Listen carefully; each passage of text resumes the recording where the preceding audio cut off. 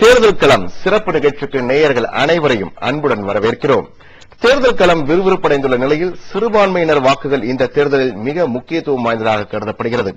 இந்த நிலையில் சிறுபான்மையினரை கவருவதற்கு பலரும் பல வாக்குறுதிகளை அள்ளி வீசுகிறார்கள். எனவே சிறுபான்மை நலன் காக்கும் அரசு எது? யாருக்கு பக்கபலமாக சிறுபான்மையினர் இருக்கப் போகிறார்கள்? குறிப்பாக இஸ்லாமிய சமூகத்தினர். ஆகையால் நமது நேயர்களுக்கு இஸ்லாமியர்களின் வாக்களிக்கும் போக்கு இம்முறை யாருக்கு ஆதரவாக இருக்கப் போகிறது என்பது குறித்து நம்முடைய பல்வேறு உண்மைகளை எடுத்து வைப்பதற்காக இஸ்லாமிய சமூகத்தின் பெரும்பான்மை இயக்கங்களில் ஒன்றான தமிழ்நாடு தவ்ஹீத் ஜமாத் அமைப்பின் தலைவர் திரு ஜைனுல் ஆபிதீன் நமது அரங்கிற்கு வந்திருக்கிறார்.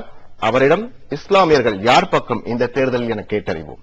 வணக்கம் சார். இப்ப உங்களுடைய தமிழ்நாடு தவ்ஹீத் ஜமாத் தேர்தலில் ஒரு போட்டி போடாத ஒரு இயக்கம். ஆனால் இந்த முறை நீங்க திமுக கூட்டணியை ஆதரிக்க வேண்டும் என்ற ஒரு கருத்தை, ஒரு முடிவினை எடுத்திருக்கீங்க. அதற்கு அடிப்படை காரணம் என்ன? திமுக கூட்டணிக்கு ஆதரவாக நீங்கள் செயல்படுவதற்கு என்ன காரணம்? தமிழ்நாடு தவ்ஹீத் ஜமாத் என்ற எங்களுடைய இயக்கம் எந்த தேர்தலில் ஒரு முடிவு எடுப்பதாக இருந்தாலும் எங்க மக்களுக்கு அந்த தேர்தலை கொண்டு என்ன ஆதாயம் இருக்கிறது இதை மட்டும்தான் பார்ப்போம். எங்களுக்கு சீட்டுகளோ வாரியங்களோ வேற எதுவுமோ நாங்கள் எதிர்பார்க்க மாட்டோம். அப்ப நாங்கள் கடந்த தேர்தல்கள் எடுத்துக்கொண்டாலும் முஸ்லீம்களுக்கு தனி இடஒதுக்கீடு தரணும், அவர்களுக்கு ஆதரவு என்கிற ஒரு நிலைப்பாட்டை எடுத்தோம். இந்த தேர்தலில் எங்க மக்களுடைய எண்ண ஓட்டங்களை நாங்கள் பார்த்தபோது கல்வியில பின்தங்கி இருக்கிற காரணத்தினால, வேலை வாய்ப்பு கிடைக்காம இருக்கிற காரணத்தினால, வெளிநாடுகளில் போய் கஷ்டப்படுற காரணத்தினால இந்த இடஒதுக்கீடு இன்னும் கொஞ்சம் இம்ப்ரூவ் பண்ணி கிடைச்சால் நமக்கு நல்லா இருக்கும். இதுதான் ஒட்டுமொத்த முஸ்லீம்களுடைய எண்ண ஓட்டமாக இருந்தது. அப்ப நாங்க என்ன செஞ்சோம்னா, இந்த 3.5% இடஒதுக்கீட்டை யாரு அதிகப்படுத்தி தர்றாங்களோ அவர்களை ஆதரிப்பது, இந்த ஒரு நிலைப்பாட்டை எடுத்துக்கொண்டுதான் நாங்க இந்த தேர்தலில் நாங்க களமிறங்குறோம். இந்த தேர்தலை பொறுத்த வரைக்கும் திராவிட முன்னேற்ற கழகத்தில் தேர்தல் அறிக்கை விட்டிருக்கிறாங்க. அவங்க தேர்தல் அறிக்கையில 32, 33 பக்கத்தில் சிறுபான்மையர் நலன் என்ற ஒரு தலைப்பில் திமுக ஆட்சி காலத்தில் தான் பௌத்த மதத்தை தழுவிய தலித் மக்களுக்கு ஆதி திராவிடர் பெறுகிற அனைத்து சலுகைகளும் உரிமைகளும் அளிக்கப்பட்டது போல் தலித் கிறிஸ்தவர்களும் ஆதி திராவிடர் பட்டியலில் இடம்பெறுவதற்கு மத்திய அரசிடம் வலியுறுத்துவோம். இது வேற சமுதாய விஷயம். மாநிலத்தில் சிறுபான்மையினர் கல்வி ரீதியிலும் பொருளாதார ரீதியிலும் பின்தங்கியுள்ள பகுதிகளில் குறிப்பாக சிறுபான்மை சமூக பெண்கள் பயனடும் வகையில் சிறப்பு சலுகைகளுடன் கல்வி மேம்பாட்டு திட்டத்தை செயல்படுத்துவோம். கல்வி மற்றும் வேலை வாய்ப்புகளில் சிறுபான்மை சமுதாயத்தினர் உரிய பங்கினை பெறுவதற்கு ஏதுவாக நீதியரசர் ரங்கநாத் மிஸ்ரா ஆணையத்தின் பரிந்துரைகளை விரைவில் செயல்படுத்துவதற்கு தேவையான நடவடிக்கைகளை மேற்கொள்ளுமாறு மத்திய அரசை வலியுறுத்துவோம். சிறுபான்மை நடத்தும் கல்வி நிலையங்களுக்கும் வழிபாட்டு தலங்களுக்கும் தேவையான பாதுகாப்பினை வழங்குவோம். இஸ்லாமிய மக்களின் நீண்டகால கோரிக்கையான இடஒதுக்கீட்டு கொள்கை ஏற்று 3.5% அளித்தது திமுக ஆட்சிதான். இந்த இடஒதுக்கீட்டு அளவினை மேலும் உயர்த்த வேண்டும் என்ற கோரிக்கை குறித்து பரிசீலிப்போம். இப்படி அவங்க தெளிவா எழுதியிருக்கிறாங்க. அப்ப 3.5%, எங்களுக்கு 5% கிடைத்தால் எங்க மக்கள் படிப்பாங்க, எங்க மக்களுக்கு வேலை வாய்ப்பு கிடைக்கும். அதே மாதிரி மத்திய அரசுல 10% கொடுக்கணும் என்று மிஸ்ரா அவர்கள் சொல்லியிருக்கிறார்கள். அதையும் வலியுறுத்துவோம் என்பதையும் இந்த தேர்தல் அறிக்கையில் அவங்க சொல்லியிருக்கிறாங்க. இதனால இந்தியாவில் உள்ள எல்லா முஸ்லீம்களுக்கும் அந்த 10% இடஒதுக்கீடு கிடைப்பதற்கு பாடுபடுவதாக சொல்லியிருக்கிறாங்க. இதை கவனத்தில் கொண்டுதான் நாங்க இந்த தேர்தலில் நம்ம சமுதாயத்துக்கு உள்ள கோரிக்கை ஏற்றிருக்கிறாங்க. அந்த அடிப்படையில் நாங்கள் ஆதரவு தெரிவிக்கிறோம். இப்ப நீங்க திமுக தேர்தல் அறிக்கை குறித்து சொன்னீங்க. இப்ப அதிமுக தேர்தல் அறிக்கையும் நாங்க இடஒதுக்கீடு அதிகரிப்போன்ற மாதிரி ஒரு கருத்தை சொல்லியிருக்காங்க. ஆனால் திமுக தேர்தலுக்கு நீங்கள் நம்புவது போல அதிமுக தேர்தலுக்கு நம்ப முடியும் நீங்க நினைக்கிறீங்களா? அதாவது அதிமுகவுடைய தேர்தல் அறிக்கையில அப்படி சொல்லப்படல, அது தவறா சொல்றாங்க. அதிமுகவுடைய தேர்தல் அறிக்கையில மொத்த பக்கத்தை எடுத்துக்கிட்டீங்கன்னா இந்த தேர்தல் அறிக்கையில திமுகவுடைய தேர்தல் அறிக்கையில உள்ள எல்லாமே இருக்கிறது. கொஞ்சம் கொஞ்சம் சேர்த்திருக்கிறாங்க, அப்படியே காப்பி அடிச்சிருக்கிறாங்க. இப்ப நான் சிறுபான்மை நலன் பாஷன்ல அந்த தலைப்பில் உள்ள விஷயத்தை மட்டும் காப்பி அடிக்கல. இல்ல, முஸ்லீம்ங்கிற வார்த்தை இதுல இல்ல. இந்த தேர்தல் அறிக்கையில முஸ்லீம் என்கிற வார்த்தை, இஸ்லாமியர் என்ற வார்த்தை, இடஒதுக்கீட்டை அதிகப்படுத்தி தருவோங்கிற வார்த்தை, ரங்கநாத் மிஸ்ராவுடைய கமிஷனை வலியுறுத்துவோம் என்கிற மாதிரியான ஒரு செய்தி கூட இந்த மொத்த தேர்தலுக்கும் இல்ல. அப்ப நீங்க சொல்வதை பார்க்கும்போது மீண்டும் ஒரு முறை இஸ்லாமியர்களுக்கு எதிராக அதிமுக செயல்பட ஆரம்பித்து விட்டது என்று எடுத்துக்கொள்ளலாமா? ஆமா, அது இன்னொரு விஷயத்தை நாங்க சொல்ல கடமைப்பட்டிருக்கோம். இந்த தேர்தல் நடவடிக்கை ஆரம்பிக்கிறதுக்கு முன்னாலேயே அதிமுகவுடைய முக்கிய தலைவர்கள்லாம் எங்க அலுவலகத்துக்கு வந்தாங்க. ஓ பன்னீர்செல்வம் வந்தாரு, பொன்னையன், செங்கோட்டையன், பொள்ளாச்சி ஜெயராமன், அன்வர் ராஜா, இவங்களெல்லாம் ஒரு 5 தடவை எங்களுடைய அலுவலகத்துக்கு வந்து ஆதரவு கேட்டாங்க. நாங்க ஒரே நிபந்தனை என்ன வச்சோம்னா, முஸ்லீம்களுடைய இடஒதுக்கீட்டை நாங்கள் அதிகப்படுத்தி தருவோம் என்று உங்க தேர்தல் அறிக்கையில சொல்லணும் அப்படின்னு சொன்னோம். அவங்க முதல்ல மறுத்தாங்க.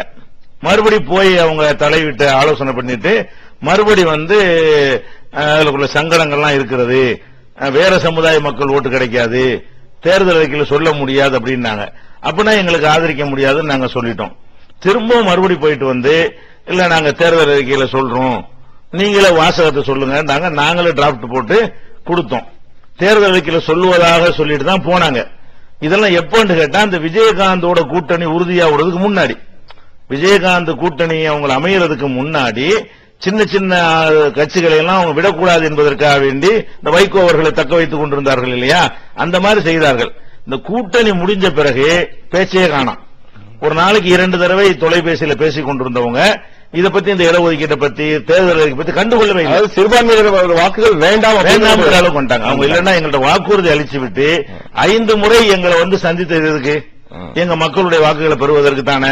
அப்ப இந்த மக்களுடைய வாக்குகள் வந்து எனக்கு இன்னொரு பெரிய கூட்டாளி கிடைச்சிட்டா நீ தேவையில்லை இப்படின்னா இதை விட ஒரு சமுதாயத்துக்கு ஒரு அவமானம் ஏதாவது இருக்குமா? ஒரு சமுதாயத்தை அவமானப்படுத்தக்கூடிய ஒரு நிலைப்பாடு தான் எடுத்தாங்க. கடைசியில் நாங்க என்ன அப்போ கூட பொறுத்திருந்து பார்த்தோம். 2 தேர்தல் அறிக்கையும் பார்த்த பிறகுதான் முடிவு எடுக்கணும். நாங்க முடிவை கடைசியா எடுத்த ஒரு இயக்கம் நாங்க தான். தேர்தல் முடிவை எல்லாரும் முதல்ல எடுத்துட்டாங்க, நாங்க தான் 2 நாளைக்கு முன்னாடி எடுக்கிறோம். எதற்காக இவ்வளவு தாமதப்படுத்தினோம் என்றால், திமுகவுடைய தேர்தல் அறிக்கையும் வரட்டும், அதிமுக தேர்தல் அறிக்கையும் வரட்டும், 2ஐயும் ஒப்பிட்டு பார்த்து முஸ்லிம் சமுதாயத்துக்கு உள்ளது என்னங்கிறத இட போடுவதற்காக பார்த்தால் இதுல இஸ்லாமியர்களை பத்தி ஒரு வார்த்தை கூட இல்ல, சொல்லவே இல்ல. அப்ப எப்படி இவங்க சொல்லுவோன்னு உறுதி அளிச்சாங்க? அப்ப எப்படி உங்களை எங்க மக்கள் ஆதரிப்பாங்க? வழக்கம் போல் அதிமுக இஸ்லாமியர்களை ஏமாற்றி விட்டதுன்னு சொல்லலாமா? ஆமா, கண்டிப்பா ஏமாத்தி இருக்கிறாங்க. முதுகுல குத்துறதுமாங்கல்ல, அவ்வளவு நம்பிக்கை என்கிட்ட சொன்னாங்க. கண்டிப்பா எப்பொழுதுமே வந்து நீங்க பாத்தீங்கன்னா சிறுபான்மையினர், இஸ்லாமியர்கள் என்று இல்ல, கிறிஸ்தவர்கள் ஆகட்டும், பௌத்தர்கள் ஆகட்டும், எப்படிப்பட்ட ஒரு சிறுபான்மை இனத்திற்கு எப்பொழுதுமே பாதுகாவலாக இருக்கக்கூடிய ஒரு அரசாக திமுக அரசு அறியப்பட்டிருக்கிறது. இது நாடறிந்த உண்மை, அது வந்து புதுசா நம்ம சொல்ல வேண்டிய ஒரு விஷயம் அல்ல. இப்படி ஒரு சூழ்நிலையில் நீங்க திமுக கூட்டணிக்கு ஆதரவு தெரிவிச்சிருக்கீங்க. ஆனா ஒரு சில இஸ்லாமிய இயக்கங்கள், இப்ப நீங்க சொல்றீங்க முதுகில் குத்து விட்டார்கள் என்று நீங்கள் வெளிப்படையாக பகிரங்கமாக கருத்து தெரிவிக்கிறீங்க. ஆனா சில இயக்கங்கள் வந்து அதிமுக ஆதரவாக செயல்பட போகிறோம் என்று செயல்பட்டுக் கொண்டிருக்கிறார்கள்.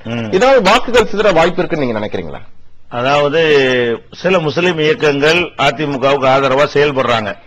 அப்படி செயல்படுவதற்கு வெளிப்படையாக சமுதாய நன்மைதான் காரணம் என்று மக்களுக்கு தெரிந்தால் வாக்குகள் மாறுவதற்கு வாய்ப்பு இருக்கிறது. ஆனால் இந்த இப்ப இவங்க கூட்டணி சேர்ந்து ஆதரிக்கிறார்களே, அதுக்கு வெளிப்படையான எந்த ஒரு கொள்கை ரீதியான காரணத்தையும் உங்களுக்கு சொல்ல முடியாது. சென்ற பாராளுமன்ற தேர்தலில் திமுகவுல சீட்டு கேட்டாங்க, கொடுக்கல. அந்த ஒரு காரணத்துக்கு தான் அங்க போனாங்களே தவிர இத திமுகவின் மீது குற்றம் சுமத்தி விட்டு சிறுபான்மை மக்களுக்கு துரோகம் செஞ்சிட்டாங்க என்று சொல்லிவிட்டு வேற ஏதோ காரணத்தை சொல்லிட்டு அவங்க வெளியே போகல. 2 MP சீட் எங்களுக்கு தருவீங்களா, 1 தருவீங்களா ஒரு விவகாரம் வந்த பிறகு போனாங்க. அப்ப இதுக்காக போய் அங்க சேர்ந்தாங்கன்னு எல்லாருக்கும் தெரியும் பொழுது சமுதாயம் எப்படி அவங்களோட போகும்? சமுதாயம் போறதுக்கு வழி இல்லை. இன்னும் சொல்ல போனா அவங்களுடைய நிலைப்பாடு என்ன என்று பாத்தீங்கன்னா, அவங்க ஒரு ஜெயலலிதா பத்தி உங்களோட கூட்டணி திமுகவோட கூட்டணி சேர்ந்திருக்கிற நேரத்தில் கடுமையான ஜெயலலிதா மீது போடப்பட்டிருக்கும் வழக்குகள் சாதாரணமானவை அல்ல. ஜனாதிபதியால் கூட கருணை அடிப்படையில் மன்னிப்பளிக்க முடியாத வழக்குகளில் சிக்கியிருப்பவர் ஜெயலலிதா. இது தேச துரோகத்தை விட மோசமான செயல் என்பது சட்ட அறிஞர்களின் கருத்து. இப்படின்னு சொல்லி எல்லாம் அவங்களுடைய பத்திரிகைகள் அபிஷியலா எழுதி இங்க இந்த சீட் வாங்குவதற்காக செஞ்சாங்க. இது எல்லாமே எங்க மக்களுக்கு தெரியும். அதாவது இப்ப நாங்க ஒரு இடஒதுக்கீடு ஒரு காரணத்தை வச்சுக்கிட்டு ஒரு ஆதரவு தெரிவிச்சா மக்கள் ஏத்துக்குவாங்க, எங்களுக்கு ஒண்ணும் கேட்கல.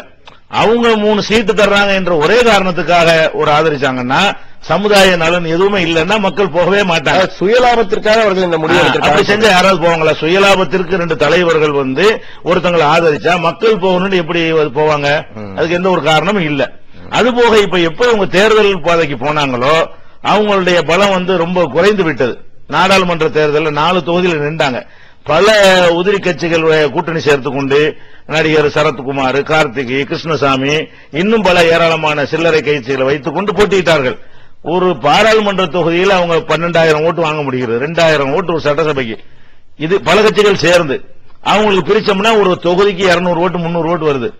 ஒரு தொகுதியில் 200 300 ஓட்டு வாங்கக்கூடியவங்க தான் அவங்களுடைய பலம்னு சொல்லுவோம். அதுவும் தேர்ந்தெடுத்து போட்டிட்டு 4 தொகுதியில 40 அவங்க நிக்கல. தேர்ந்தெடுத்து போட்டிட்டாலே கொஞ்சம் வலிமையான இடத்துல தேர்ந்தெடுத்து போட்டிடுவாங்க. அவங்க எங்க பலமா இருக்கிற நினைத்தார்களோ அவங்களுக்கு உள்ள ஓட்டே 300 ஓட்டுனா இந்த 300 ஓட்டு தான் போகும். அதுவும் ஒட்டுமொத்த பார்வையில் இஸ்லாமிய சமூகத்தின் வாக்கு வங்கி வாக்குகள் எந்த அணிக்கு ஆதரவாக இருக்கும்? இப்ப நீங்க திமுக அணிக்கு வந்திருக்கீங்க, திமுக கூட்டணிக்கு. திமுக உண்மையில் செய்ய போகிறது. ஏற்கனவே செய்தவர்கள் 3.5% கொடுத்தவரும் இடஒதுக்கீட்டு கூட அவர்கள் தான் என்பதற்காக நீங்க உங்க ஆதரவை தெரிவிச்சிருக்கீங்க. இந்த வகையில சிந்தாமல் சிதறாமல் அந்த வாக்கு வங்கி இஸ்லாமியர்களின் வாக்கு வங்கி, குறிப்பாக சிறுபான்மையினத்தில் இஸ்லாமியர்களின் வாக்கு வங்கி திமுகவுக்கு ஆதரவாக கிடைக்கும் நீங்க நினைக்கிறீங்களா? 100% கிடைக்கும். ஏன்னு கேட்டா ஒரு காலம் இருந்தது, ஒரு கவர்ச்சி மாயை இது மாதிரி ஓட்டு போடக்கூடிய காலம் இருந்தது. இன்றைக்கு எங்க மக்கள்கிட்ட ரொம்ப விழிப்புணர்வு வந்து நம்முடைய நிலை ரொம்ப அடித்தட்டில் இருக்கிறது. ஒட்டுமொத்த சமுதாயம் முன்னேறுவதற்கு யாரு நல்லது செய்யறாங்களோ அவங்கள தான் ஆதரிக்கணும். வேற ஒரு எதையும் நம்ம எடுத்துக்கொள்ள கூடாது. குறிப்பா இடஒதுக்கீடை வந்து ஒவ்வொரு குழந்தைகளும் தெரிந்து வைத்திருக்கிற அளவுக்கு இன்னைக்கு நிலைமை இருக்குது. இப்ப நாங்க ஜூலை 4 இந்த தீவுத்திடல மாநாடு போட்டோம். 15 லட்சம் முஸ்லீம்கள் வந்தாங்க, பாதி பேர் பெண்கள். இந்திய வரலாற்றில் அவ்வளவு பெரிய முஸ்லீம் பெண்களும் ஆண்களும் கலந்து கொண்ட மாநாடு, முஸ்லீம் மாநாடு நடந்ததே இல்லை. அதனுடைய கோரிக்கை இடஒதுக்கீடு தான். இடஒதுக்கீடுன்னு சொல்லி கூப்பிடுறோம். பெண்கள் ஆண்கள்லாம் திரண்டு வர்றாங்கன்னு சொன்னா அவங்க எதை விளங்கி இருக்கிறாங்க, தமக்கு தேவை எதுன்னு விளங்கி இருக்கிறாங்க. தலைவர்களுக்கு சீட்டு, தலைவர்களுக்கு மரியாதை, அதெல்லாம் அவங்க விரும்பவே இல்லை. அவங்க விரும்புறதுலாம் என்னன்னா இடஒதுக்கீடுனா என்னன்னு விளங்கி கொண்டாங்க. எங்க மக்கள் வெளிநாட்டில் வர்ற கஷ்டம், அற்பமான வேலைக்கு ஒட்டகம் வைக்கிறாங்க, லேபர் வேலை பாக்குறாங்க, குடும்பத்தை விட்டு கல்யாணம் பண்ணிட்டு போய் பிரிஞ்சு 5 வருஷம் அங்க கடந்துட்டு வர்றாங்க. இதெல்லாம் மாறணும்னு சொன்னா படிச்சுட்டு போனா நல்ல சம்பளத்துக்கு போவாங்க, மனைவியோடு போய் வாழ முடியும். அவனுக்கு படிக்காம போறதுனாலதான் லேபர் வேலை பாக்குறான், அங்கே நல்ல வேலை பார்க்கலாம். இங்கேயும் ஒரு அரசாங்கத்துறை வேலை பதவிகள் எல்லாம் கிடைக்கும். அப்ப இந்த ரெண்டுக்கும் நமக்கு வழிவகுக்கக்கூடியது இடஒதுக்கீடு தான். அது கொஞ்சம் அதிகம் கிடைச்சா நமக்கு நல்ல வாய்ப்புன்னு இப்படி விளங்குற அளவுக்கு தெளிவா இருக்கிறாங்க. ஒரு காலம் இருந்துச்சு அப்படி கண்ண மூடிக்கிட்டு இருக்கக்கூடிய சமுதாயமா, இப்ப அப்படி கிடையவே கிடையாது. முழு சமுதாயம் அப்படியே ஓட்டு போடுவாங்க. இஸ்லாமியர்கள் வந்து திமுக அணிக்கத்தான் வாக்களிக்க போறாங்க இந்த தேர்தல் அறிக்கைக்காக வேண்டி. நிச்சயமாக தொடர்ந்து இந்த தேர்தலுக்காக குறித்து நாம் பேச இருக்கிறோம். நேயர்களே, சிறுபான்மையினரின் குறிப்பாக இஸ்லாமியர்கள் வாக்கு யார் பக்கம் என்ற இந்த விறுவிறுப்பான விவாதம் ஒரு சிறு இடைவேளைக்கு பிறகு தொடரும். காத்திருங்கள். நேயர்கள் அனைவரையும் தேர்தல் களம் சிறப்பு விவாத நிகழ்ச்சிக்கு அன்புடன் மீண்டும் வரவேற்கிறோம். தற்பொழுது இந்த தேர்தலில் இஸ்லாமியர்கள் யார் பக்கம் என்பது குறித்து அந்த சமூகத்தின் பெரும்பான்மை இயக்கமான தமிழ்நாடு தவ்ஹீத் ஜமாத் அமைப்பின் தலைவர் திரு ஜெயின் ஆபுதீன் நம்முடன் விவாதத்தில் பங்கேற்றுள்ளார். இந்த விறுவிறுப்பான விவாதத்தை மீண்டும் தொடர்வோம். இடைவெளிக்கு முன் பல்வேறு கருத்து, குறிப்பாக திமுக கூட்டணிக்கு ஏன் ஆதரவளிக்கப் போகிறார்கள், இஸ்லாமியர்களின் முழு ஆதரவும் 100% ஆதரவும் எப்படி இருக்கப் போகிறது திமுக கூட்டணிக்கு ஆதரவாக என்று விளக்கமா சொன்னீங்க. உங்களுடைய தேர்தல் பிரச்சார வியூகம், நீங்கள் வந்து இப்ப திமுக கூட்டணி ஆதரித்து பல்வேறு இடங்களில் பேச போறீங்க, பல்வேறு இயக்கங்களை செய்ய போறீங்க, என்ன செய்ய போறீங்க, உங்க திட்டம் என்ன, உங்களுடைய பிரச்சார வியூகம் எப்படி இருக்க போகிறது? எங்களுடைய அமைப்பை பொறுத்த வரைக்கும் எல்லா பட்டி தொட்டிகள்லையும் எங்களுக்கு அடித்தளம் இருக்கிறது. எங்களுடைய இயக்கத்தில் 400 தலைமை கழக பேச்சாளர்கள் இருக்கிறாங்க. எந்த ஒரு இயக்கத்திலும் அவ்வளவு பேர் இருக்க மாட்டாங்க. ஏன்னா நாங்க சீர்திருத்த இயக்கமா இருக்கிறதுனால, ஆன்மீக இயக்கமா இருக்கிறதுனால அந்த மாதிரி பேச்சாளர்கள் எல்லா ஊர்லயும் தினசரி ஒரு 15 ஊர்களில் புரோகிராம் நடந்துகிட்டே இருக்கும். இந்த தேர்தலுக்காக இல்லை, எப்போதும் அந்த மாதிரி ஒரு வலிமையான ஒரு அமைப்பா இருக்கிறதுனால எங்களுடைய பேச்சாளர்கள் எல்லாம் தெருமுனை கூட்டங்கள் வழியாக இந்த மெசேஜை மக்கள்கிட்ட கொண்டு போவோம். துண்டு பிரசுரங்கள் வழியாக நாங்க கொண்டு போவோம். எங்களுடைய தொண்டர்கள் வந்து வீடு வீடாக சென்று பிரச்சாரம் செய்வது, அதான் செய்ய முடியும். தேர்தல் கமிஷனுடைய கெடுபிடிகள் இருக்கிறதுனால இந்த மாதிரி மக்கள் சந்திப்பு மூலமாக இந்த மெசேஜை வந்து நாங்க கொண்டு போவோம். திமுக கூட்டணிக்கு நீங்க வந்து ஆதரவு தெரிவிச்சிருக்கீங்க. இஸ்லாமிய பொதுமக்கள் பொதுவாகவே பார்த்தீங்கன்னா இஸ்லாமியர்கள் வந்து திமுகவின் மேல் அன்பு கொண்டவர்கள். ஏன்னா திமுக தலைவரான முதலமைச்சர் கலைஞர் வந்து பல நன்மைகளை இஸ்லாமிய சமூகத்தில், குறிப்பாக இஸ்லாமிய சமூகத்தில் நிறைய செஞ்சிருக்காரு. குறிப்பாக இந்த மிலாடி நபிக்கு விடுமுறை விட்டது, பல 3.5 இடஒதுக்கீடு, பல அம்சங்களை கொடுத்திருக்காரு. அதெல்லாம் விலக்கி நீங்க எடுத்து போய் அவங்க கிட்ட சொல்ல போறீங்களா? அது ஏதாவது உங்க அம்சங்கள் இருக்காது? எங்களுக்கு இந்த 3.5% இடஒதுக்கீடு, அதனால எங்களுக்கு கல்வியில ஓரளவுக்கு மக்கள் படிச்சது. இந்த இடஒதுக்கீட்டுல கொஞ்சம் குறைபாடுகள் இருக்கு, சரி சரின்னு சொல்லி இருக்கிறாங்க. அது இப்ப 5% ஆனால் அதுல நமக்கு என்னென்ன வாய்ப்புகள்லாம் கிடைக்கும், இது ஒவ்வொருத்தருக்கும் நன்மை. இடஒதுக்கீடு தான் உங்களுடைய முக்கிய, இடஒதுக்கீடுங்கிறது ஒரு பெரிய ஒரு கிஃப்ட் மாதிரி அது எங்களுக்கு. அதுதான் முக்கியமானது என்பதை சொன்னாதான் அதனுடைய நன்மை எல்லாரும் அனுபவிப்பாங்க. அதே போல நீங்க இடஒதுக்கீட்டுல வந்து முக்கியமா இருக்கிறதுனால இந்த கேள்வியை கேட்கிறேன். அதிமுக வந்து தேர்தல் அறிக்கையில வெளியிடல. ஆனா போகிற போக்குல அதிமுகவின் தலைவர் வந்து சொல்லிட்டே போறாங்க, நாம இடஒதுக்கீடு கொடுக்க போறேன்னு சொல்றாங்க. ஏற்கனவே நீங்கள் பார்த்தீர்கள் என்றால் அதிமுக வரலாறு அனைவரும் அறிந்தது. அவர்கள் இஸ்லாமியர்களுக்காக எப்படி செயல்பட்டுள்ளார்கள், நடவடிக்கைகள் என்ன எடுத்தார்கள் என்பதை நீங்க அறிந்திருப்பீங்க. இப்ப இந்த மாதிரி சொல்லிட்டு போறாங்களே, இந்த பொய்யுரைகளை இஸ்லாமியர்கள் நம்புவார்கள் நீங்க நினைக்கிறீங்களா? அதாவது பொதுவாக தேர்தல் அறிக்கையில் சொல்லுதல் என்பது அது ஒரு கிளைம் பண்ண முடியும், உரிமையா கேட்க முடியும். தேர்தல் அறிக்கையில சொல்ல முடியாதுன்னு மறுத்து விட்டார்கள். இவங்க முதல் விளங்கிக் கொள்ள மறுத்து விட்டார்கள். அப்ப மறுத்த பிறகு என்ன செய்யறாங்கன்னா, நம்முடைய கடுமையான அதிருப்தியும் கோபத்தையும் அந்த எங்க சம்பந்தப்பட்டவர்கள் தெரிவித்த பிறகு ஒரு முஸ்லீம் தெருவுல போய் பேசும்பொழுது, முஸ்லீம் வேட்பாளர் மரியம் பிச்சைங்கிற வேட்பாளருக்கு ஆதரவாக பேசும் பொழுது ஒரு இடத்தில் போகிறது சொல்லிக் கொண்டேலாம் இருக்கல, ஒரே ஒரு இடத்துல நினைஞ்சாங்க முஸ்லீம்களுடைய அதிகப்படுத்தி தருவோம்னு சொன்னாங்க. இப்படி தேர்தல் அறிக்கையில சொல்ல மாட்டேன்னு மறுத்து விட்டு பிரச்சாரத்தில் சொல்றாங்கன்னு சொன்னா அது வந்து செய்யறதுக்கு சொல்றது இல்லைன்னு எல்லாருக்கும் தெரியும். இவங்க எழுத்துல தெளிவா அறிவிக்கிறாங்க. இதே மாதிரி அறிவிக்கிறதுக்கு தயங்குறவங்க இப்படி தருவாங்க. பிற சமுதாய மக்களுடைய ஆதரவு போயிரும் காரணம் சொல்லி எங்களுக்கு இடஒதுக்கீடு அதிகப்படுத்தி தருவோம்னு சொல்ல தயங்குறாங்கன்னா இவங்க எப்படி எங்களுக்கு தருவாங்க? நாளைக்கு போற போக்குல பேச்சுல சொல்றது வந்து எந்த வகையிலும் உத்தரவாதமாக இருக்க முடியாது. தேர்தல் அறிக்கை யோசித்து திட்டமிட்டு நடக்குமா நடக்காத நிபுணர்கள்ட்ட கலந்து அப்படி சொல்றது தேர்தல் அறிக்கைங்கிறது. போற போக்குல சொல்லும்போது என்ன வேணாலும் சொல்லுவாங்க. இல்ல அதே போன்று நீங்க ஏற்கனவே முதல்ல பேசும்போது ஒரு வார்த்தை சொன்னீங்க, எனக்கே மனம் வருந்தக்கூடியதாக இருந்தது. அதாவது அதிமுக வந்து எங்களை முதுகில் குத்தி விட்டது அப்படின்னு சொன்னீங்க. அது உண்மையே ஒரு இஸ்லாமிய சமூகத்தையே குத்தினது போல நான் நினைக்கிறேன். நீங்க என்ன கொஞ்சம் விளக்கமா சொல்லணும். அதாவது அவங்க வந்து இந்த இடஒதுக்கீடு தர்ற விஷயத்துல தேர்தல் அறிக்கையில கண்டிப்பா சொல்லுவோம்ன்ற அளவுக்கு சொன்னாங்க. சொன்ன உடனே நீங்களே ஒரு டிராப்ட் போட்டுத்தாங்கன்னு எங்கள்கிட்ட கேட்கறாங்க. 5 விதமா டிராப்ட் போட்டு கொடுத்தோம், 5 விதமான வார்த்தைகளை. இதுல ஏதாவது ஒண்ணு கண்டிப்பா இடம்பெறும் போயிட்டாங்க. அதுக்கப்புறம் நினைச்சாங்க எங்களுக்கு போன் பண்ணி, இந்த 5 பாரா கொடுத்தீங்க, இந்த 5வது பாராவை தேர்தல் அறிக்கையில் அம்மா வச்சுட்டாங்கன்னு சொன்னாங்க. தேர்தல் அறிக்கையில் இடம் பெற்று விட்டது, நீங்க வந்து அம்மா வந்து சந்திங்கன்னாங்க. இல்ல பார்த்துட்டு தான் சந்திப்போம், தேர்தல் அறிக்கையை பார்க்காம சந்திச்சா அது எங்க மக்கள் கேள்வி கேட்பாங்க, எதன் அடிப்படையில் சந்திச்சீங்கன்னு கேட்பாங்கன்னு சொன்னோம். அப்ப அவங்க என்ன வாசி காட்டுறோம்ல, எங்கிட்ட வாசி காட்டுறாங்க, தேர்தல் அறிக்கையில் இருக்குன்னு வாசி காட்டுறாங்க. அப்படியெல்லாம் சொன்னவங்க கடைசியில் என்னன்னு கேட்டா தேர்தல் அறிக்கையில வருது காணாம். அப்ப இது எவ்வளவு பெரிய துரோகம். நாங்க முன்னாடி முடிவெடுத்திருப்போமா இல்லையா? அப்பவே வந்து தர முடியாது, தேர்தல் அறிக்கையில வராதுன்னு சொன்னா நாங்க அடுத்த ஸ்டெப்புக்கு போயிருப்போம். அப்ப எல்லாருமே கடைசி வரைக்கும் அவங்களுக்கு வேற வழி இல்லைங்கிற அளவுக்கு தள்ளுவாங்க. அவர் வந்து வைகோவை தள்ளுன மாதிரி, வைகோவுக்கு வேற எங்கேயும் பேச முடியாம, வேற 3வது அணி இல்லாம, திமுக பக்கம் வர முடியாம, அவர் என்ன செய்யறதுங்கிறதுக்கு ஒரு முடிவெடுக்க முடியாத நிலையில தள்ளிட்டு போட்டு விரட்டிட்டாங்க. அப்ப அதே விளையாட்டை எங்கள்கிட்ட காட்டினா நம்ப வச்சு கழுத்து இருக்கிறதான இது. முதல்ல முடியாதுட்டாங்கன்னா நாங்க வேற எத்தனை வழிகளை சிந்திச்சிருப்போம். எங்க மக்களுக்கு இடஒதுக்கீட்டுக்கு வேற என்ன திட்டம் போடலாம்னு பார்த்திருப்போம். கடைசி என்ன செய்யறாங்க தேர்தல் அறிக்கையில, அதுவும் வரும்னு சொல்லிட்டு வெளியிடும் போது இல்லாம ஆக்குறாங்க. அப்ப நீங்க சொல்லி பார்க்கும்போது திட்டமிட்டு அதிமுக இஸ்லாமியர்களை பழிவாங்கி விட்டதுன்னு சொல்றேன். ஆமா, முஸ்லீம்களை வந்து வேற பக்கம் போக விடாம ஆக்கி ஒரு சந்திச்சுட்டாங்கன்னு வைங்களேன், ஆதரவுன்னு போட்டு விட்டுறலாம்னு பார்த்தாங்க. நாங்க அப்படி ஏமாற மாட்டோம். இது உங்களை நம்பி நம்ம இப்படி போறது, தெளிவா பார்த்துட்டு தானே ஆதரிக்க முடியும். அப்ப இந்த அளவுக்கு ஏன் அவங்க செஞ்சாங்க? தேர்தல் அறிக்கையில சொல்வதும் பிரச்சாரத்தை சொல்வதும் ஒண்ணு அப்படின்னு இப்போ ஒரு வாதத்தை வந்து அவங்க சார்பா பேசுறவங்க சொல்றாங்க. 2 ஒண்ணுன்னா இப்ப தேர்தல் அறிக்கையில சொல்லிட வேண்டியதானே? 2 ஒண்ணு தானே? ஒண்ணுன்னா இப்ப தேர்தல் அறிக்கையில சொல்லிட வேண்டியதானே?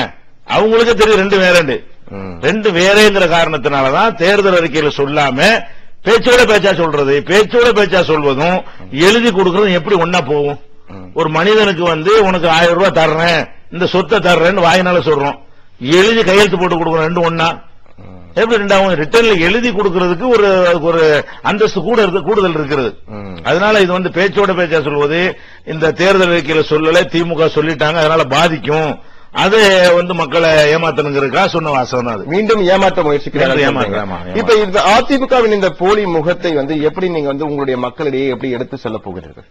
இந்த ஊழ காரணத்தை விளக்கினா எங்க மக்களுக்கு தெரியவா, பொதுக்கூட்டங்கள் வழியாக பிரசுரங்கள் வழியாக எங்களுடைய மக்களுக்கு இந்த மெசேஜை நாங்க கொண்டு போயிருவோம். என்ன நடந்தது, எப்படி எல்லாம் அந்த எங்கள்கிட்ட வாக்குறுதி கொடுத்தாங்க, எப்படி எல்லாம் அவங்க வந்து அதை முரண்பட்டார்கள், 2 தேர்தலுக்கும் காட்டினால மக்கள் வழங்கிடுவாங்களே, அதாவது நம்ப வைத்து கழுத்தை அறுத்தார்கள் இல்லையா? சரி, இப்ப வந்து நீங்க பொதுவாகவே இந்த தேர்தலில் பாத்தீங்கன்னா அதிமுகவுடைய தேர்தல் அறிக்கையாகட்டும் திமுகவின் தேர்தல் அறிக்கையாகட்டும், தேர்தல் அறிக்கை வந்து தற்போது கடந்த சட்டமன்ற தேர்தலுக்கு பிறகு தேர்தல் அறிக்கை என்பது மிகப்பெரிய அளவில் பேசப்படுகிறது. இப்ப 2 அறிக்கையும் வெளிவந்திருக்கிறது. உங்களுடைய பார்வையில் ஒரு இஸ்லாமிய சமூகத்தின் ஒரு அமைப்பின் தலைவர் என்ற பார்வையில் 2 தேர்தல் அறிக்கையும் பார்த்த பிறகு எந்த தேர்தல் அறிக்கையை மக்கள் நம்புவார்கள்? நம்பகத்தன்மை எந்த தேர்தல் அறிக்கைக்கு இருக்கு நீங்க நினைக்கிறீங்க? பொதுவாக எந்த ஒரு விஷயமா இருந்தாலும் யார் இயற்கையாக துவக்கத்தில் ஃபர்ஸ்ட்ல சொல்றாங்களோ அவங்க சுயமா யோசிச்சு முடிவெடுத்து சொல்றாங்கன்னு மக்கள் எடுத்துக்குவாங்க. யாருடைய நம்பகத்தன்மை பார்க்க வேண்டியதில்லை. முதல்ல ஒருத்தவங்க சொல்றாங்கன்னா அவங்க யோசிச்சு பிளான் பண்ணி சொல்றாங்க. அதே மாதிரி ஒருத்தர் காப்பி அடி சொன்னாருன்னா வீம்புக்கு சொல்றாங்கன்றது உலகத்துல தான் அர்த்தம். உலகத்துல என்ன அர்த்தம்னா ஏலம் கேட்கிற மாதிரி தான். வாங்குறவனா இருந்தா அதுக்கு ரேட்டை போட்டு ஏலம் கேட்பான். ஏற்றி விடுறது சில பேர் வருவாங்க. அவன் 100 ரூபா கட்ட 200 ரூபா கேட்கறது. அது 200 ரூபா கேட்கற வாங்குற நோக்கம் இல்ல. இவன் 201 ஓடி போயிருவான். அதுக்காக வேண்டி செய்யறது உலகத்தில் இருக்கிறது. அப்ப இவர்கள் தரக்கூடியவர்களா இருந்தா இதை காப்பி அடிக்க தேவையில்லை. அதுவும் இவ்வளவு நாள் தள்ளி போட தேவையும் இல்லை. அப்ப இந்த தேர்தல் அறிக்கை நாளை எடுத்து அதுக்கப்புறம் இதே மாதிரி திருப்பி ஒரு பிரிண்ட் பண்ணி அடிக்கிற அளவுக்கு அப்படி அப்பட்டமா காப்பி அடிச்சிருக்காங்க. அப்ப ரெண்டுலயுமே இலவசங்கள் எல்லாமே ஒரே மாதிரி சொல்லப்பட்டாலும் கொஞ்சம் கூடுதலா கூட சில விஷயங்கள் அவங்க சொல்லி இருந்தாலும் சில விஷயங்கள் இவங்க கூட சொல்லி இருந்தாலும் இவங்க முதல்ல சொல்றாங்க. அதை பார்த்துட்டு இவங்க சொல்றாங்க. இன்னும் சொல்ல போனா இத எதிர்த்தவங்க அது முக்கியமா கவனிக்கணும். மக்கள் எதிர்பார்ப்பாங்க இலவசம்லாம் கூடாது. மக்களை அப்ப கருணாநிதி ஆட்சியில ஏழை தான் இருக்கிறான், அதுக்கு இது ஆதாரம், இது நாட்டை ஏழையாக்குறாங்கன்னா அந்த கொள்கையில உள்ளவங்களா தான் என்ன செய்யணும், அதை கண்டிச்சு தேர்தல் அறிக்கை விடணும். நாங்கள் இலவசத்துக்கு சொல்லக்கூடிய ஆளுக்கு கிடையாது, இது அவ்வளவு பொய், இது நடக்கவே நடக்காது, நாங்க எங்களுடைய புரட்சிய திட்டத்தை பாருங்க அப்படின்னு அவங்க சொல்லியிருக்கணும். அப்ப 2 மக்கள் பார்ப்பாங்க. ஒன்னு இது காப்பி அடிக்கப்படுகிறது, நல்ல நோக்கத்தில் உள்ளது இல்ல. இரண்டாவது எதிர்த்தவங்க இப்படி கொடுப்பாங்க. இந்த இலவசமா சொன்ன அவங்கட்டுமே தப்பு, கொடுக்க கூடாது, நாட்டை மக்களை சோம்பேறியாக்குறது, இந்த மாதிரி சொன்னாங்க. நம்பகத்தன்மை இல்லாதவர்கள், நம்பகத்தன்மை இல்லாம அவங்க வாயினாலே நிச்சயமா மிக சிறப்பாக எடுத்து வைத்தீர்கள். கடைசி கேள்வியாக, இந்த தேர்தல், இந்த சட்டமன்ற தேர்தல் எல்லோரும் எதிர்பார்க்கிற ஒரு தேர்தலாக இருக்கிறது. சிறுபான்மையினர்களின் வாக்குகள் எப்படி இருக்க போகிறது, பல கருத்துக்கள் எடுத்து வச்சோம். குறிப்பா இஸ்லாமிய சமூகத்தின் வாக்குகள் எப்படி இருக்க போகிறது, நிறைவுரையாக நீங்கள் சொல்ல விரும்பும் கருத்து என்ன? இந்த 160 வேட்பாளர் அறிவித்த உடனே ஒரு மாற்றமும் கிடையாது, யாரையும் மதிக்கிறது கிடையாது. கூட்டணிகள்னா எல்லாம் கூடி ஒன்னா சேர்ந்து ஒரு முடிவு அறிவிக்கணும். கடைசியா தான் தனக்கு அறிவிக்கணும். நான் தர்ற 160 போய் எடுத்தது போய் எதை தருவனோ அதைத்தான் நீ எடுத்துக்கிறேன்னு என்கிற அளவுக்கு இவங்க அறிவித்த பிறகு, அதுவும் இந்த கம்யூனிஸ்டுகள், இடதுசாரி வலதுசாரிகள் எல்லாம் சிட்டிங் எம்எல்ஏவா இருக்கிற தொகுதிகளை எல்லாம் கூட, அத புதிய தொகுதிகளில் பேரம் பேசலாம், அவங்க நடப்பு எம்எல்ஏவா இருக்கிற அந்த தொகுதிகளை கூட இவங்க தன்னுடைய 160ல சேர்த்திருக்கும் பொழுது, அப்ப மக்கள் மத்தியில் ஒரு திடீரென்று ஒரு சரிவு. இதை பார்த்த உடனே இவங்களை எந்த வகையிலும் இவங்க மாறவே இல்லை, திருந்தவே இல்லைங்கிற மாதிரியான நான் தான் எல்லாம் அப்படிங்கிற ஒரு தன்மை தான் மக்கள்கிட்ட அப்படி மாறியது. அப்ப இந்த சரிக்கு சரியா இருந்த நிலை ஒரு சரிவுக்கு வந்தது. அடுத்து அந்த வைகோவுடைய அந்த மதிமுக கட்சியை பொறுத்த வரைக்கும் அவர் ஒரு அந்த இயக்கத்து பார்வையில பார்த்தால் அது மாதிரியான விசுவாசமான ஒரு ஊழியரா பார்க்க முடியாது. அப்படி விசுவாசமா இருந்தார். உங்க பார்வையில திமுக பார்வையில வேற இருக்கலாம். அந்த இயக்கத்தின் பார்வையில பார்த்தா அதிமுகவினரே அவருடைய விசுவாசத்தை ரொம்ப மதிப்பார்கள். அந்த மாதிரி முந்திரி கொட்டையாக அறிக்கை விடுவதிலிருந்து, அவங்களுக்கு முட்டு கொடுப்பதிலிருந்து, அவங்க எள்ளுன்னா எண்ணெயாக இவர் ஆகிற வரைக்கும் பார்த்தோம்னா அப்படி விசுவாசமா இருந்தார். அப்ப யாரு தன்னோட விசுவாசமா இருக்கிறாங்களோ அவங்கள கூப்பிட்டு பேசி முதல் மரியாதை கொடுத்து அவங்கள தக்க வைத்துக் கொண்டு அதுக்கு பிறகு மற்றவங்களை புதுசா வரவங்கள சேர்க்கணும். அப்ப புதுசா ஒருத்தன் வந்தவன பழைய ஆளை விரட்டி விடுறதுங்கிறது எந்த ஒரு மனிதத்தன்மையிலுமே இருக்கக்கூடாது. ஒரு தனி மனிதன் கூட புதுசா ஒரு ஆள் பழைய ஆள ஒரு நண்பரா பழகிக்கிட்டு இருக்கோம் 10 வருஷமா, புதுசா ஒரு பணக்கார நண்பன் விரட்டி விட்டா எப்படி இருக்கு, அவன் ஒரு நல்ல மனுஷன் சொல்ல முடியாது. இவங்க அவர் அந்த மாதிரி கடைசி வரைக்கும் இழுத்தரித்தார்கள். போன தேர்தல் இழுத்தரித்தார்கள், ரொம்ப இன்சல்ட் பண்ணார்கள். இந்த முறை அறவே தேர்தலில் புறக்கணிக்கிற மன நொந்து போய் முடிவெடுக்கிற அளவுக்கு ஆக்கினார்கள். இது அவங்களுடைய ஒரு கட்டி வைக்கப்பட்ட அந்த போலி தோட்டத்தை ஒரே நாள்ல சேர்த்துச்சிருச்சு. இவங்கள்ட்ட மாற்றமே இல்ல, நான் தான் எல்லாம், என்னை மீறி எதுவும் இல்ல அப்படி தெளிவா காட்டிட்டாங்க. அது ஒரு சரிவாச்சு. மூணாவதாக எங்க மக்களை ஏமாத்துற மாதிரி இடஒதுக்கீட ஒருத்தங்க தேர்தலுக்குள்ள சொல்றாங்க, ஒருத்தங்க சொல்ல மாட்டேங்கிறாங்கன்னா உங்களுக்கு ஏன் சொல்ல முடியல? ஏன் எங்க மக்கள் படிக்கிறதுல உங்களுக்கு என்ன அவ்வளவுக்கு வெறுப்பு, எங்க மக்கள் வேலை வாய்ப்பு பெறுவதில் உங்களுக்கு என்னத்துக்கு அந்த மாதிரியான ஒரு அருவருப்பா பாக்குறீங்க என்ற மாதிரியான எங்க மக்களுடைய ஒரு மாற்றம் ஏற்பட்ட பிறகு இன்னும் கொஞ்சம் அவங்களுடைய நிலைமை சரிஞ்சு இருக்கிறது. இந்த திமுக பக்கம் இவங்களுடைய கை நல்லா ஓங்கி இருக்கிறது. நிச்சயமாக பல்வேறு கருத்து, குறிப்பாக இந்த தேர்தல் எப்படி இருக்க போகிறது, இஸ்லாமிய சமூகத்தின் வாக்கு எப்படி பதிவாக போகிறது குறித்தெல்லாம் பல்வேறு கருத்துக்களை எடுத்துரைத்தமைக்காக மிக்க நன்றி சார். நேயர்களே, இன்றைய தேர்தல் களத்தின் மூலம் சிறுபான்மை சமூகத்திற்கு, குறிப்பாக இஸ்லாமியர்கள் சமூகத்திற்கு பாடுபட்டு வரும் பல சலுகைகளை பெற்றுத் தந்த திமுக கூட்டணிக்கு தான் இஸ்லாமியர்களின் வாக்கு இருக்கப் போகிறது என்பதை தெல்ல தெளிவாக நமது சிறப்பு விருந்தினர் தமிழ்நாடு தவ்ஹீத் ஜமாத் அமைப்பின் தலைவர் திரு ஜெய்னுல் ஆபிதீன் எடுத்துரைத்தார். சிறுபான்மை நலன் காக்கும் அரசாக, அவர்களுக்கு அரணாக இருக்கும் அரசாக திமுகவால் மட்டுமே இருக்க முடியும் என்பதை கடந்த கால வரலாறும் சரி, நிகழ்காலத்திலும் சரி, எதிர்காலத்திலும் சரி 100% உண்மை என்பதை மட்டும் கூறிக்கொண்டு மீண்டும் ஒருமுறை தேர்தல் களம் சிறப்பு நிகழ்ச்சியுடன் சந்திக்கும் வரை உங்களிடமிருந்து விடைபெறுவது சண்முக சுந்தரம். வணக்கம்.